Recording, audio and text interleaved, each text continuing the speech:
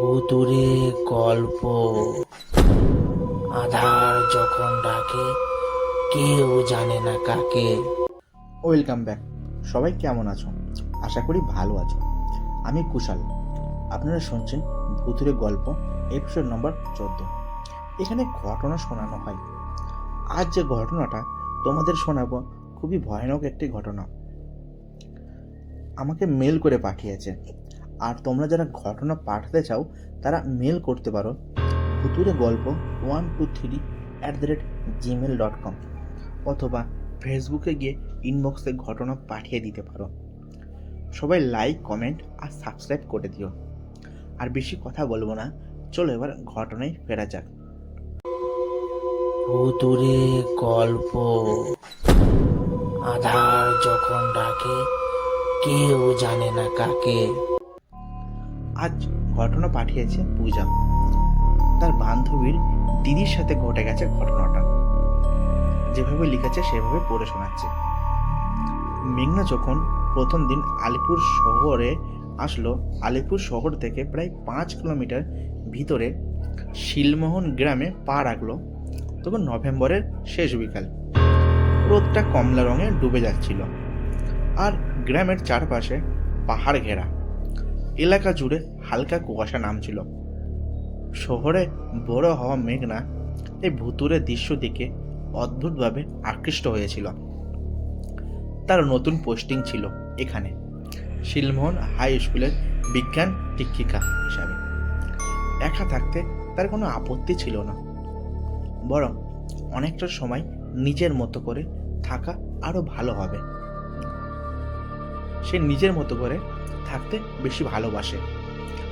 স্কুলের পক্ষ থেকে যে বাসস্থানটা দেওয়া হয়েছে সেটা গ্রাম থেকে একটু দূরে, পুরনো একটা বাংলো। গল্প ছিল এই বাড়িতে নাকি আগে জমিদারের মেয়ে আত্মহত্যা করেছিল। কিন্তু গল্প তো আর বাস্তব হয় না, মনে করলো মেঘনা। তবু বাড়ির সামনে দাঁড়িয়ে তার মনে একটা চাপা শীতলতা নেমে এলো। বাংলোটা দোতলা, অংশটা আধ ভাঙা। জানালাগুলো যেন চোখের মতো তাকিয়ে আছে। কেয়ারটেকার হরি বলল, ও দিদিমণি, ভয় পেতে হবে না, বাড়িটা পুরনো কিন্তু টিকেই আছে। রাতে বাতাসে একটু আওয়াজ হয়, ওইটুকুই। মেঘনা হেসে বলল, আওয়াজ হলে কি, আমি তো সায়েন্স নিয়ে পড়েছি, আমি সায়েন্স নিয়ে ব্যাখ্যা খুঁজে নেব, ভূতের ওপর বিশ্বাস নেই। হরি কিন্তু জবাব দিল না, শুধু একটু অস্থিরতা হাসি দিয়ে চলে গেল। মেঘনা বাড়িতে ঢুকে জিনিসপত্র গোছাতে লাগলো। চারপাশে ধুলো, মাকড়সার জাল আর লম্বা লম্বা করিডর, যেন বাড়িটা নিঃশ্বাস নিয়ে এতদিনে যে কোনো মুহূর্তে গর্জে উঠবে। কিন্তু ক্লান্ত থাকার কারণে সেই সব কিছুই অনেকটা অদেখা থেকে গেল। রাত নামার সঙ্গে সঙ্গে বাড়িটা যেন আরো গভীর আর অন্ধকার হয়ে উঠল। ঘড়িতে তখন 12:47। মেঘনা ঘুমাতে পারছিল না। জানলার বাইরে শোঁ শোঁ করে শব্দ হচ্ছিল, অবশ্যই বাতাসের শব্দ।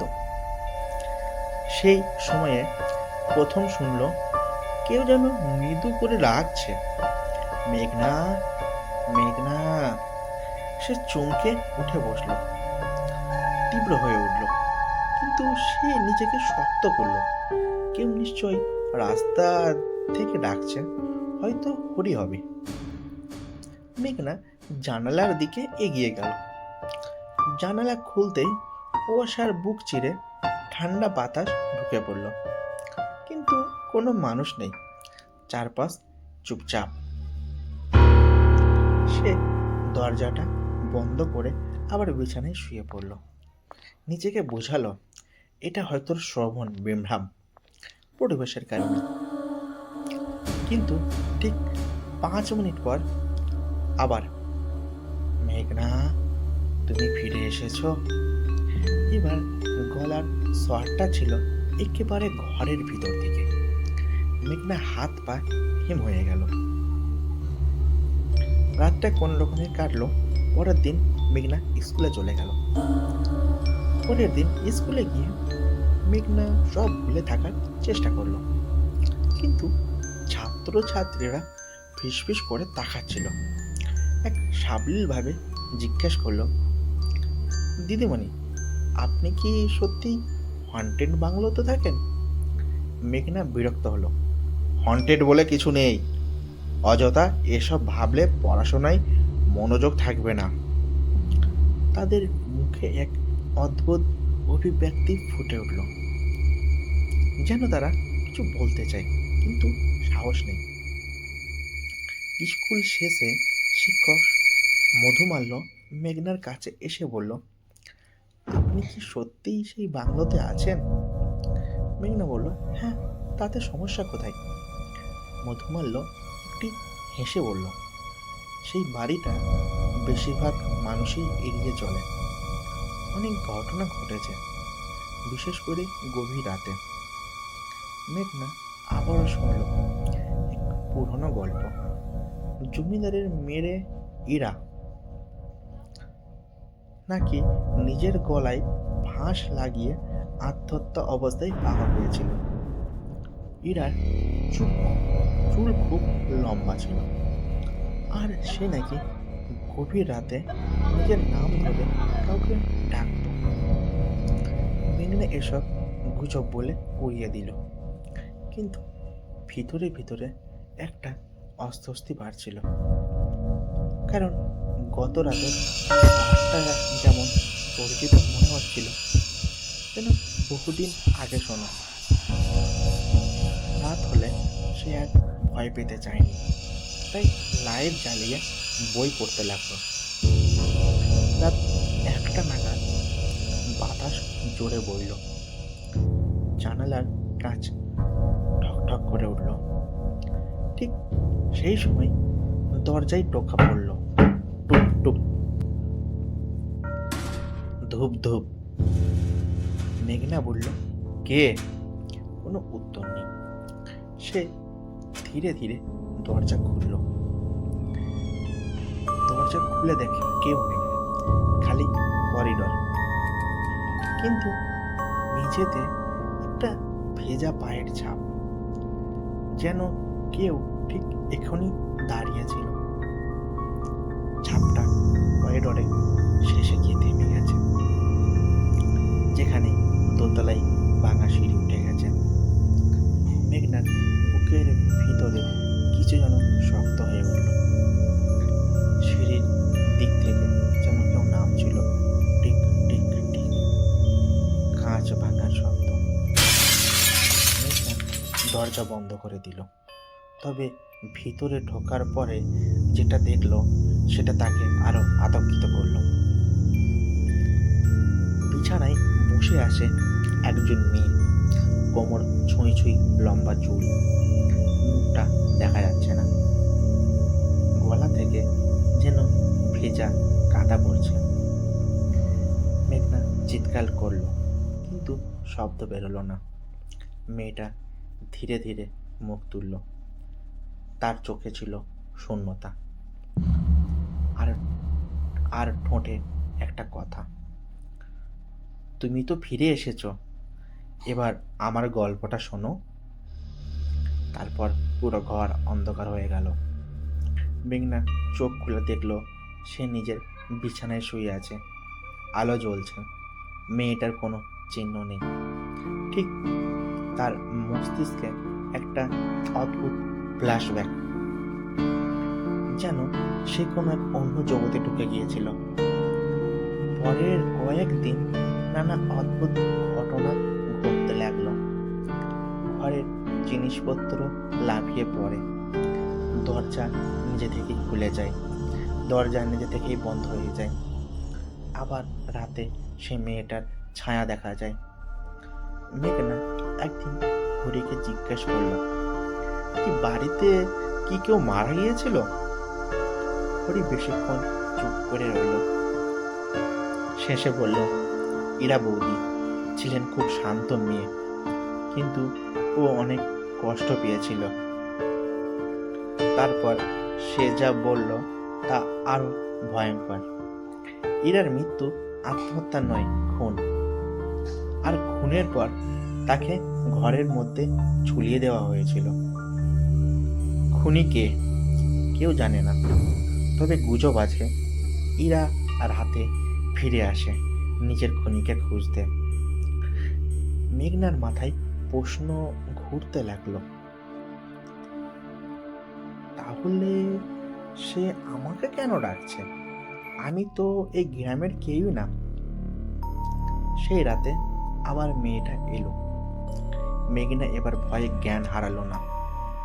সে জিজ্ঞাসা করলো, তুমি আমাকে কেন ডাকছো?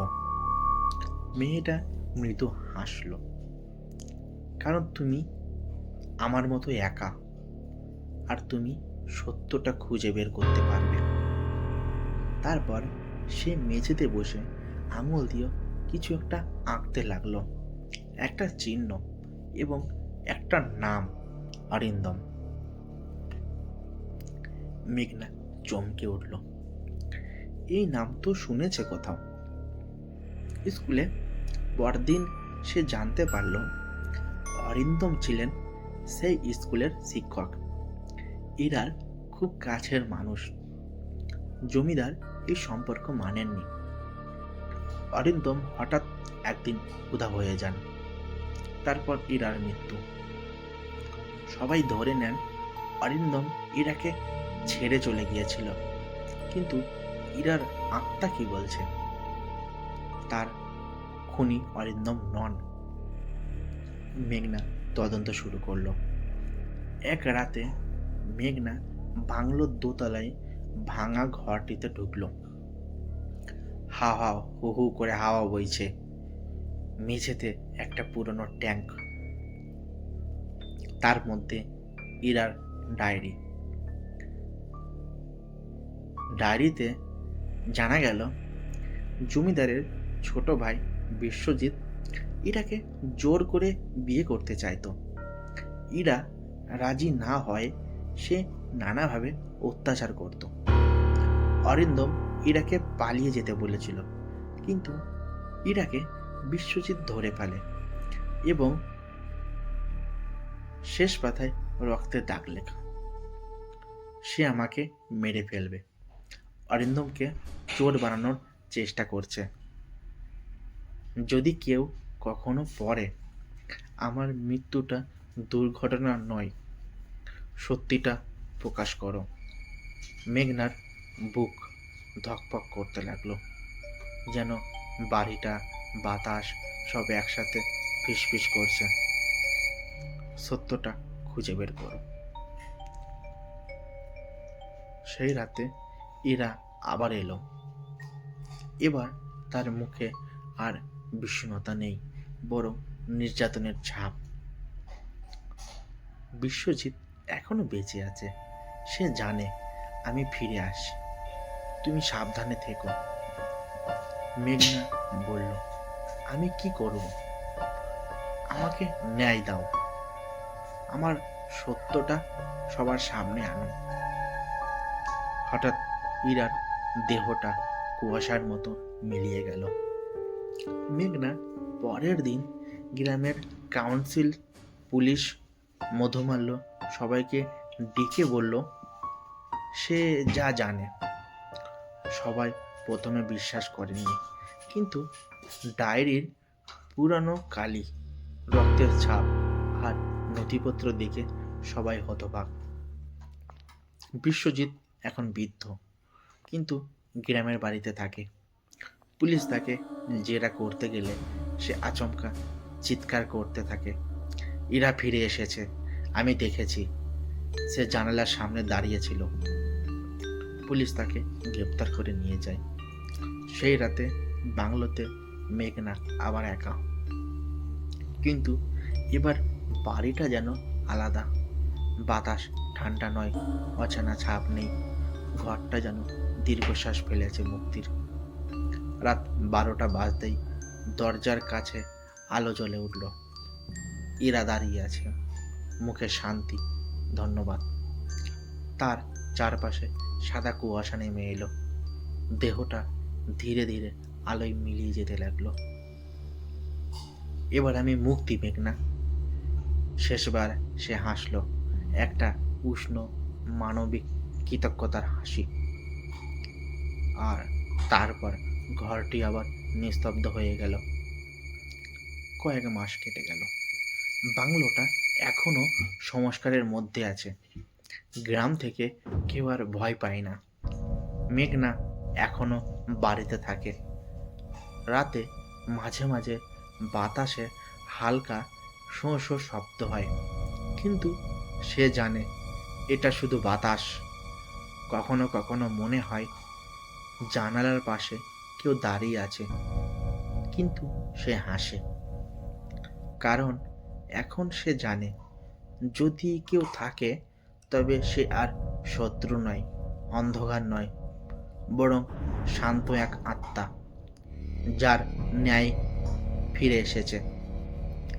বাড়িটা আর হন্টেড নয়, এটা এখন এক অসমাপ্ত প্রেমের, অন্যায়ের বিরুদ্ধে লড়াইয়ের আর মুক্তির গল্প। এবং মেঘনা যখন ঘুমোতে যায়, তার কানে শুধু একটা মৃদু ফিসফিস শোনা যায়, ধন্যবাদ।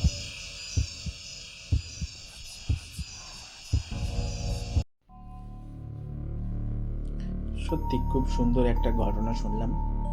ঘটনাটা কেমন লাগলো তোমরা অবশ্যই কমেন্ট করে জানিয়ে দিও। আর লাইক, কমেন্ট, শেয়ার করতে আর সাবস্ক্রাইব করতে একদম ভুলো না। ভুতুরে গল্প। আধার যখন ডাকে, কেউ জানে না কাকে।